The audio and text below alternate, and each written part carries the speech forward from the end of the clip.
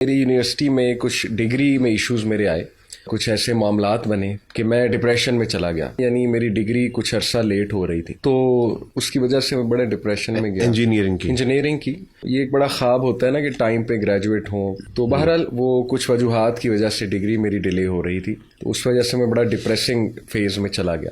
फिर मेरा एक दोस्त था जिसने इस वाक़े से ठीक 3 महीने पहले, जमात इस्लामी का दोस्त था मेरा, उसने मुझे कुरान मजीद गिफ्ट किया था, ट्रांसलेशन, मौलाना मौदूदी रहिमहुल्लाह, मुख्तसर हवाशी उर्दू की ट्रांसलेशन। लेकिन वो मैंने कभी पढ़ी नहीं थी, तो वो मैंने अपने कमरे में टॉप शेल्फ में रख दी, गलाफ में बंद कर, जिस तरह हम कुरान के साथ करते हैं। इज्जत दी मैंने, लेकिन पढ़ा कभी नहीं। बहरहाल वो फिर जब डिप्रेसिंग एक फेज आया, मेरा समर लगा। वो समर मैंने इसलिए लगाया था डिग्री को बचाने के लिए। समर सेमेस्टर लगाते हैं ताकि कुछ एक्स्ट्रा कोर्सेज लेके आप डिग्री को टाइम पे करने की कोशिश करें। तो उस दौरान मैं इंडियन आइडल बहुत सुनता था, सीजन 3 चल रहा था, मुझे अभी तक याद है, 2007 की बात। पीछे सिंगर बनने का ख्वाब भी था। बिल्कुल बिल्कुल। तो मैं, मेरा दोस्त है कराची का दोस्त, उसके कमरे में बैठे हम हर वक्त वही सुनते थे, एपिसोड्स देखते थे। इसकी सारेगामापा एक शो होता था उसकी, तो बहरहाल फिर कमेंट करते थे इसने कितना अच्छा गाया, ये वो। जी हाँ जी हाँ जी हाँ।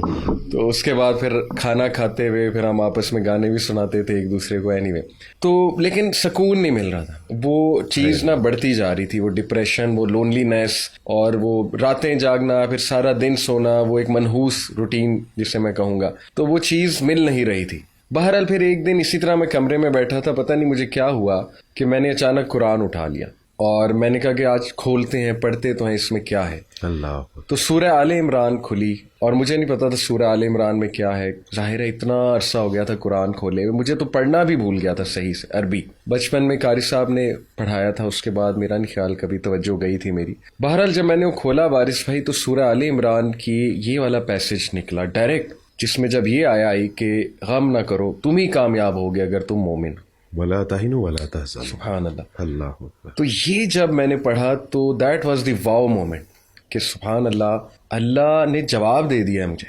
यानी अल्लाह को पता है मैं किस स्टेट से गुजर रहा हूँ, और ख़ास वो उस वक्त जब आप डिप्रेशन में थे। अल्लाह अकबर। तो वो फिर मैंने इरादा किया वारिस भाई कि ना, अब मैंने पढ़ना है कुरान, रेगुलर पढ़ना। बस वो अल्लाह की तरफ से इस्तकामत आई। फिर डॉक्टर जाकिर नाइक, उस वक्त लैन जो हमारा नेटवर्क था, लोकल एरिया नेटवर्क GIK का, बहुत मशहूर है, you can find anything on that, TV series, movies, her content आपको मिलता है। तो उस वक्त डॉक्टर जाकिर नाइक वैसी क्लिप मेरे माइंड से गुजरा, मेरी नज़रों से गुजरा।